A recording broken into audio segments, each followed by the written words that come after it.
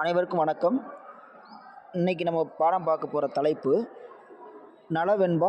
ஆசிரியர் புகழேந்தி புலவர். நளவெண்பா கற்பனை நயமும் கவி அழகும் சொற்சுவையும் ஓமை வளமும் நிறைந்த வரலாற்றை உரைக்கும் நூலாக அமைகிறது. வெண்பாவில் அமைந்த இந்நூல் புலவர் புகழேந்தியால் இயற்றப்பட்டது. இவர் தொண்டை நாட்டு பொன் விளைந்த களத்தூரில் பிறந்தவர். பாண்டியன் ஆகிய வருகுவனுக்கு பெரிதும் அன்புடையவராக அவர் அவையில் வீற்றிருந்தார்.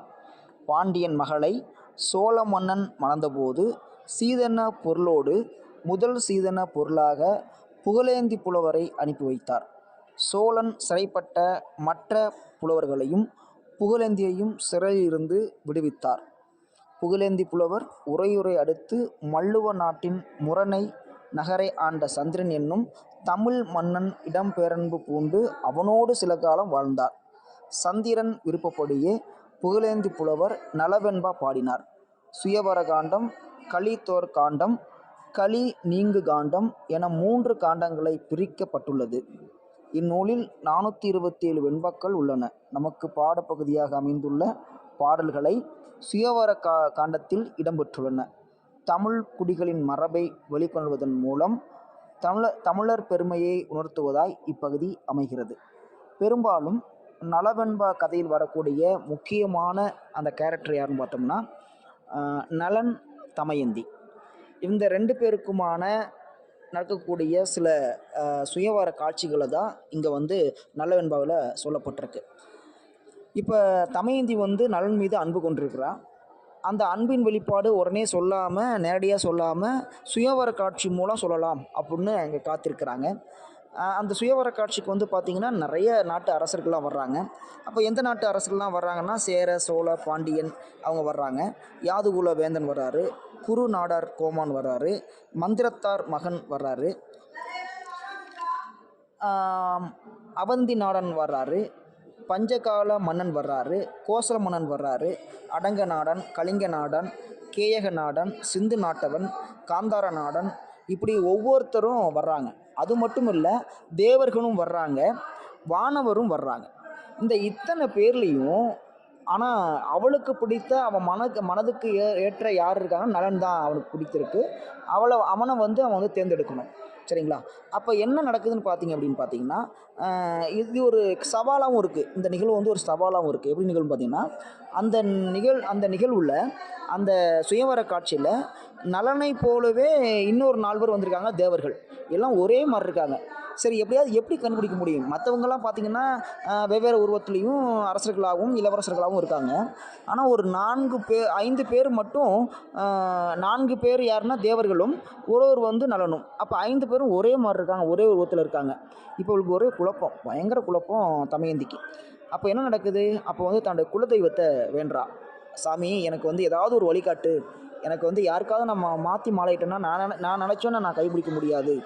அதனால் எனக்கு எப்படியாவது ஒரு வழியை காட்டு அப்படின்னு அந்த தன்னுடைய குலதெய்வத்திட்ட கேட்குறா. அது எப்படி கேட்குறான்னா, நான் இந்த நாட்டோட மன்னனுடைய மகள், நான் பத்தினியாக இருந்தால் அல்லது நான் ஒருவனுக்கு ஒருத்தியாக வாழ நினைத்தால் எனக்கு அந்த வழியை காட்டு அப்படின்னு மிக மனமுருகி தன்னுடைய குலதெய்வத்திட்ட கேட்குறா. இப்போ அவளுக்கு என்ன நடக்குது அப்படின்னா, குலதெய்வ சாமி ஒரு நேரடியாக அருள் புரிய மாட்டாங்க. ஆனால் என்ன பண்ணுவாங்கன்னா, சிந்தனையும் செயலும் செயலாற்ற முடியும். அதே மாதிரி சிந்தனையை அவள் செயல்படுத்துகிறான். சாமிகிட்ட செயல்படுத்துகிறான். எப்படின்னு பார்த்தீங்க அப்படின்னா, இயல்பாக தேவர்கள் அனைவரும் பூசூடி வர்றாங்க. அந்த பூசூடி வர்றது எல்லாமே வாடாமல் இருக்குது. ஒருவனது பூ மட்டும் வாடி இருக்குது. அதுக்கப்புறம் பார்த்திங்கன்னா கண்கள் தேவர்களுடைய கண்கள் இமைக்காமல் இருக்காங்க. நலனுடைய கண்கள் இமைந்து காணப்படுது. அதுக்கப்புறம் தேவர்களுடைய கால் தரையில் படலை. அப்புறம் நலனுடைய கால் மட்டும் தள்ளப்படுது. இந்த 5 இவன் தான் நலன் அப்படின்னு கண்டுபிடிச்சி அவனுக்கே மாலையிடுறான். மாலையிட்டு அவனை தன் பக்கம் தன் கணவனாக ஏற்றுக்கொள்கிறார். இப்படியா அந்த நிகழ்வு நடக்குது. இதில் பார்த்திங்கன்னா சில மன்னர்கள் ரைட்டு, ஓகே, தமயந்திக்கு நலனை பிடிச்சி போச்சு, அதனால் அவனுக்கு வாழ்த்து தெரிவிச்சுட்டு எல்லாம் அவங்க அந்த தீவிரம் முடிச்சுட்டு கிளம்பிட்டாங்க. அப்போ இறுதியாக யார் வர்றாங்க அப்படின்னு பார்த்தீங்கன்னா, அந்த இயல்பாகவே ஒரு கதையில் ஒரு வில்ல கேரக்டர் வரும் இல்லையா, அதே மாதிரி கலிங்கிற ஒருத்தன் வர்றான். அவன் வந்து என்ன பண்ணுறான், அந்த நிகழ்வுக்கு லேட்டாக வரான், ரொம்ப காலதாமதமாக வர்றான். அந்த காலத்தாமதம் வந்துட்டு நான் இல்லாமல் எப்படி இது நடந்துச்சு அப்படின்னு குரல் எழுப்புறான். அதுக்கு தேவர்கள்லாம் சமாதானப்படுத்துகிறாங்க, நீ எல்லாம் முடிந்து விட்டது, நீங்களுக்கு போய் பிரயோஜனம் இல்லை, நீங்கள் போக வேண்டாம், போனால் நமக்கு ஏதாவது கலவரம் தான் வரும் அல்லது சண்டை வரும், இல்லை நீ சும்மா இருக்க மாட்டா, கோவப்படுவாய் அப்படின்னு சொல்லி சமாதானப்படுத்துகிறாங்க. அவன் கேட்க மாட்டேங்கிறான். அப்போ அவன் சொல்கிற சொல்லுனா, நான் வந்து உங்கள் 2 பேரும் நான் வாழ விட மாட்டேன், ஏதாவது ஒன்று பண்ணுவேன், இல்லை ஆசை விட்டு போவாய் அப்படின்னு சாபத்தை விடுவேன், இப்போ ஏதாவது ஒன்று சொல்லி அவங்கள்ட்ட சண்டை போடுறான். இறுதியாக சண்டை போட்டு அவனும் கிளம்பிட்டான். இயல்பாக அந்த சுயவர காட்சி அழகாக இனிதாக முடிகிறது. பாருங்கள், தனக்கு மனதுக்கு பிடித்த ஒருவனை தேர்ந்தெடுக்கும் முறையாக சுயவர காட்சி அமைகிறது. அதாவது என்னென்னா, ஒரு 100 பேரோ 200 பேரோ 300 பேரோ வருவார்கள் போவார்கள்.